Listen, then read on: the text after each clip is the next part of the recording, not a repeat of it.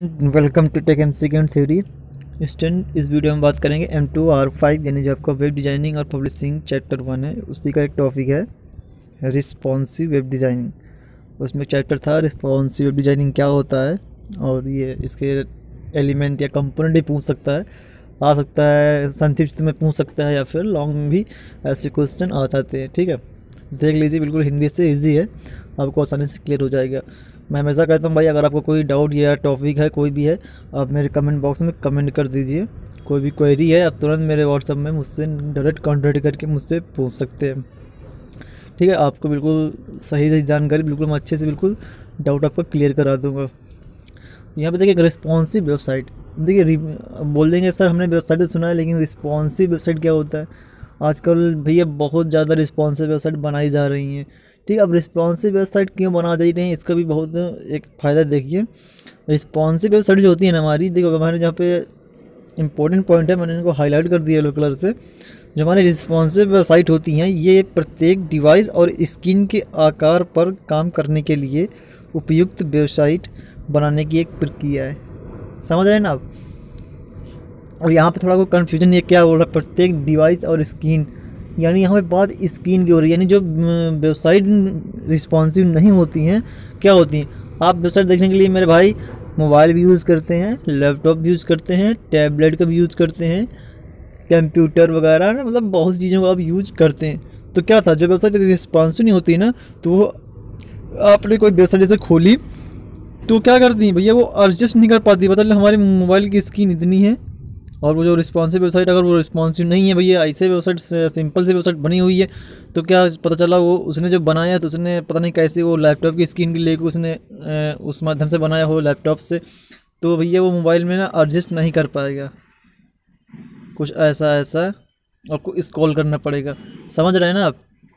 ठीक है, तो क्या होता है कि रिस्पॉन्सिव वेबसाइट हमारी इसलिए बनाई जा रही है कि चाहे आप उसको मोबाइल में एक्सेस करें भैया, चाहे टैबलेट में, चाहे कंप्यूटर में, वो ऑटोमेटिक उसके साइज़ या आकार को स्क्रीन के हिसाब से उसको एडजस्ट कर लेता है। रिस्पॉन्सिव वेबसाइट यही मतलब होता है। ठीक है, रिस्पॉन्सिव वेबसाइट जो बनाते हैं ना, उनके भैया मोबाइल में भैया ट्रैफिक उनके वेबसाइट में बहुत ज़्यादा आता है, क्योंकि अगर आप रिस्पॉन्सिव वेबसाइट बना रहे हैं तो ज़्यादातर आजकल सबसे ज़्यादा एक सर्वे में पाया गया है कि सबसे ज़्यादा जो हमारा ट्रैफिक है ना वेबसाइटों का, मोबाइल से ही ज़्यादातर खोल जाता है। देखिए भाई, सबको एंड्रॉयड फ़ोन, स्मार्टफोन सबको आज के ज़माने में यूज़ करता है। किसी को भी कोई चीज़ की क्वेरी होती है, ज़रूरत होती है, तुरंत भैया मोबाइल में खोलकर सर्च करता है। ठीक है, तो ज़्यादातर हमारे मोबाइल फ़ोन की डिमांड ज़्यादा है। ठीक है, मोबाइलों से ही जब वेबसाइट में ट्रैफिक आता है, इसलिए वेबसाइट जो होती है ना रिस्पॉन्सिव जो होती हैं, वो अपने हिसाब से उसको लेआउट को एडजस्ट कर लेती है। अगर आपने मोबाइल में खोला तो अपने मोबाइल के हिसाब से एडजस्ट कर लेगा, अगर आपने टैबलेट में खोला तो टैबलेट के हिसाब से एडजस्ट कर लेगा, अगर आप कंप्यूटर में भी खोल रहे हैं तो उसी हिसाब से वो एडजस्ट कर लेता है। तो ये हमारी रिस्पॉन्सिव वेबसाइट होती है। तो यहीं इस पर पहला पॉइंट लिखा गया भैया कि रिस्पॉन्सिव वेबसाइट प्रत्येक डिवाइस और स्क्रीन के आकार पर काम करने के लिए उपयुक्त वेबसाइट बनाने की एक प्रक्रिया है।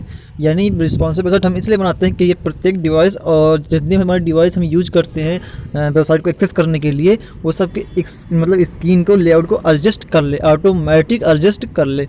ठीक है, तो ये हमारी रिस्पॉन्सिव, आशा करते हैं आपको समझ में आ रहा होगा। ठीक है, रिस्पॉन्सिव वेबसाइट का मतलब यही होता है। इसमें हम वेबसाइट को इस तरह डिज़ाइन कर सकते हैं कि वह डेस्कटॉप, लैपटॉप, टैबलेट से लेकर छोटे से छोटे स्क्रीन वाले मोबाइल डिवाइस पर भी इसकी स्क्रीन साइज़ और ओरिएंटेशन के अनुसार अपने आप लेआउट को एडजस्ट कर ले। मैं भी आपको यही बता रहा था अभी तक कि भाई चाहे जो डिवाइस हो, यानी आपकी चाहे वो डेस्कटॉप हो, चाहे लैपटॉप हो, या फिर टैबलेट हो, भाई कोई छोटी छोटी मोबाइल डिवाइस हो आपकी, वो इसकी स्क्रीन साइज और ओरिएंटेशन अपने अनुसार से उसको एडजस्ट कर लेता है। ओरिएंटेशन जानते हैं आप क्या होता है? जानते होंगे, जो हमारे पोर्ट्रेट, लैंडस्केप दो होते हैं। ओरिएंटेड पेज ओरिएंटेशन जो हमारे होते हैं, ऊर्ध्वाधर, क्षैतिज, शायद हिंदी में नहीं ऐसा बोलते हैं, मुझे तो पता नहीं, लेकिन ऐसा ही होता है कुछ। ठीक है, तो ये ओरिएंटेशन हमारा होता है। तो यही इसमें बोला गया, चाहे आप छोटी छोटी डिवाइस यूज़ कर रहे हैं मोबाइल डिवाइस पर भी यह स्क्रीन साइज और ओरिएंटेशन के अनुसार अपने आप लेआउट को एडजस्ट कर लेता है। ये इसकी मेन खास बात होती है। ठीक है, अब इसके फ़ायदे भी देखिए। अगर आप मेरे भाई, आपको ऑब्जेक्टिव पढ़ने की ज़रूरत नहीं है, अगर आपने थ्योरी अच्छे से कंप्लीट कर ली ना, तो ऑब्जेक्टिव इन्हीं में से आएगा। और मैं आपको एग्जाम आता है तो एग्जाम के 1 महीना पहले मैं आपको इतने ऑब्जेक्टिव बना दूंगा, इतने ऑब्जेक्टिव हर थ्योरी से जितने ऑब्जेक्टिव निकाल के आते होंगे, मैं सब निकाल के बता दूंगा हर चैप्टर से। ठीक है, तो अगर आपको किसी इसके बेनिफिट लिखने को है तो आप यहाँ कुछ लिख सकते हैं। अगर हम अपनी वेबसाइट अगर आपकी वेबसाइट रिस्पॉन्सिव है, समझना ध्यान से, तो इसमें मोबाइल विजिटर्स ज़रूर पसंद करेंगे। मैंने आपको क्या बता रहा हूँ कि भैया जो मोबाइल वाले होते हैं ना लोग, स्मार्टफोन वाले, वो ज़्यादातर वो ऐसी वेबसाइट ज़्यादा पसंद करते हैं जो उनकी स्क्रीन आराम से आ जाए। अब भैया अगर वो खोलेंगे कोई वेबसाइट, उनको इधर उधर वेबसाइट उनकी है, वो इधर उधर घूम रहा है, इधर उधर इसको स्क्रॉल कर रहा है, तो उसे थोड़ा अजीब लगेगा, वो काट देगा, दूसरी खोल के देखेगा, ठीक है, उसे थोड़ा क्या करता है, उसका मन नहीं लगेगा फिर वो वेबसाइट पढ़ने में, खोलने में। तो यही बात है, अगर आपकी वेबसाइट रिस्पॉन्सिव है तो उसका यही फ़ायदा है कि जो मोबाइल विजिटर्स को ज़रूर पसंद करेंगे, इससे आपकी वेबसाइट में ट्रैफिक बढ़ेगा। यानी यह हमारे वेबसाइट की ट्रैफिक को बढ़ाता है, रिस्पॉन्सिव वेबसाइट, ये कि इसका बेनिफिट होता है, आराम से आप इसे लिख सकते हैं। क्लियर। जो दूसरा भैया हमारा है, अगर आपने अपनी वेबसाइट को मोबाइल और टैबलेट के लिए ऑप्टिमाइज़ किया है तो इससे वेब पेज को ओपन होने में बहुत कम समय लगता है, यानी आपकी साइट की स्पीड इम्प्रूव होगी। यानी भैया इससे आपकी जो साइट होगी ना वो बहुत ही इम्प्रूव होगी। अगर आपने मोबाइल और टैबलेट के हिसाब से अपनी वेबसाइट को बनाया है तो तुरंत हम वेब पेज मोबाइल से तुरंत एक्सेस करके खोल लेंगे, तो इससे जो आपकी साइट है ना उसकी स्पीड में बहुत ज़्यादा इम्प्रूव यानी सुधार होता है। ये हमारे इसके फ़ायदे होते हैं। आशा करते हैं आपको समझ में आया होगा। ध्यान से समझ लीजिए मेरे भाई, बहुत ही इंपॉर्टेंट चैप्टर है ये, एग्ज़ाम में आपके हमेशा आएंगे, आज ही नहीं, जब तक ये ओ लेवल में चैप्टर रहेगा तब तक ये हेडिंग रहेगी, तब तक ये हमेशा आते रहेंगे, ठीक है। ये इग्नोर करने वाली चीज़ नहीं है। कुछ चीज़ें होती चैप्टर में कि किसको इग्नोर किया जाता है, किसको पढ़ा जाता है, ये भी मैं आपको बता दूंगा, ठीक है। क्या आपका इंपॉर्टेंट है, क्या इंपॉर्टेंट नहीं है, ठीक है। वो सब पढ़ने से देखने से समझ में आ जाता है भैया कि क्या इंपॉर्टेंट है, क्या इंपॉर्टेंट नहीं है। नेक्स्ट हम पढ़ेंगे रिस्पॉन्सिव वेबसाइट की एलिमेंट। मैंने बताया था ना रिस्पॉन्सिव वेबसाइट किन चीज़ों से मिलकर बनी है।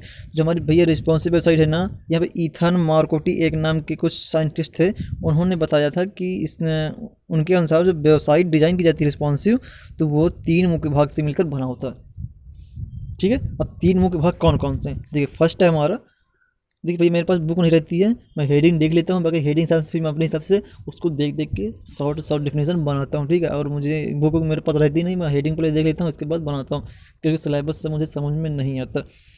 जो हमारा पहला है फ्लूइड ग्रिड। अब फ्लूइड ग्रिड क्या होता है? फ्लूइड ग्रिड जो हमारा होता है ना, लेआउट के साइज को हमारे हिसाब से मैंने लिख दिया है, फ्लूइड ग्रिड की लेआउट साइज को परसेंटेज में डिफाइन किया जाता है, ठीक है। इनकी जितनी भी लेआउट होंगी, इनकी लेआउट जितनी भी साइज़ होंगी, वो सब परसेंटेज में डिफाइन की जाती हैं, ठीक है। अब आप देखिए कोई चीज़ है, अगर आप कोई जैसे इमेज लगा रहे हैं, कोई चीज़ भी लगा रहे हैं, तो उसमें ना हाइट इक्वल इतनी, विड्थ इक्वल इतनी परसेंट आप देते नहीं हैं क्या? ये ज़्यादातर ये सब सीएसएस पे डिपेंड करती हैं। आपकी जो सीएसएस होती है ना, मैंने क्या होता है फुल फॉर्म इसका, केस कैडिंग स्टाइल सीडी, आपकी सब सीएसएस पे डिपेंड करती हैं।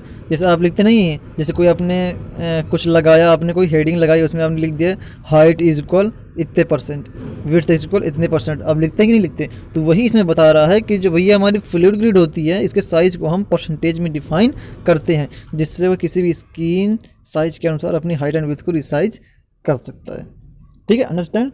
बहुत इजी है, आपको इसी तरह से जिसमें हम ग्रिड लाइन की हम लेआउट को परसेंटेज में डिफाइन किया जाता है। ज़्यादातर तो भैया पिक्सल में होता है, ठीक है, लेकिन भैया यहाँ पे पिक्सल की जगह परसेंटेज में डिफाइन किया जाता है, जिससे वह किसी भी स्क्रीन साइज को अपने अनुसार हाइट एंड विड्थ को रिसाइज कर सकता है। अंडरस्टैंड? नेक्स्ट हो जाएगा भाई फ्लेक्सिबल इमेज। सब कुछ भैया फ्लूइड ग्रिड से नहीं होता, क्योंकि अभी कुछ और भी है फ्लेक्सिबल इमेज, क्योंकि आपकी जो वेबसाइट का पेज होता है ना, उसमें कई सारी चीज़ें भी, उसमें इमेज भी होती हैं, देखा होगा आपने, ठीक है। तो जो हमारी इमेज होती है भैया, तो हम अपने वेब पेज के सारे कंपोनेंट को फ्लेक्सिबल करना होगा। यानी उस बेस पेज में खाली आप, ठीक है ना, आप खाली हाइट एंड विड्थ बना दिया उसकी तो क्या हो गया? नहीं, उसकी जितने सारे उसमें कंपोनेंट होंगे आपको सबको फ्लेक्सिबल करना होगा। हमें इमेज को भी फ्लेक्सिबल बनाना होगा, जिससे वह सभी स्क्रीन पर एडजस्ट हो सके, ठीक है।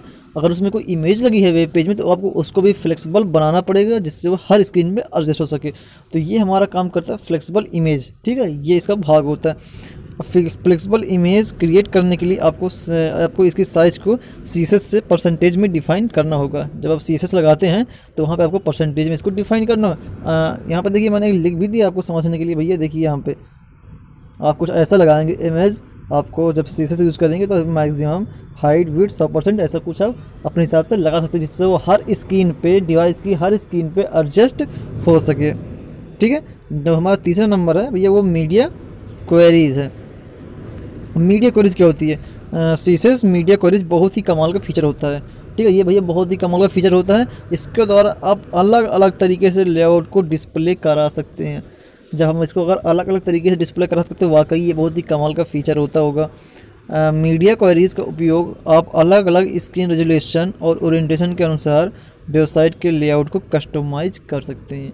मेन बात यहीं पे है भैया कि जो हमारी मीडिया क्वेरीज का उपयोग है वो अलग अलग स्क्रीन रेजोल्यूशन और ओरिएंटेशन के अनुसार आप वेबसाइट के लेआउट को कस्टमाइज कर सकते हैं।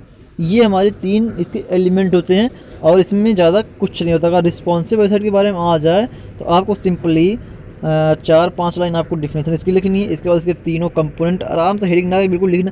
अरे यार कॉपी को बोलता हूँ इतना सुंदर बना के लिख दो कि एक जना देखते ही बिल्कुल चेक कर दे। और हेडिंग आप जो होती है ना, हेडिंग कभी मिस्टेक मत करिए, ठीक है। आशा करते हैं यार आपको समझ में आएगा। और आप नीचे हमारे डिस्क्रिप्शन में लिंक है यार, वो हमारे फेसबुक ग्रुप से, हमारे इंस्टाग्राम ग्रुप से ज़रूर जुड़ें, क्योंकि वहाँ पे हम डेली कंप्यूटर संबंधित पोस्टें करते रहते हैं जो आपके लिए काफ़ी हेल्पफुल हो सकती हैं। ठीक है भैया, तो मिलते हैं नेक्स्ट वीडियो में।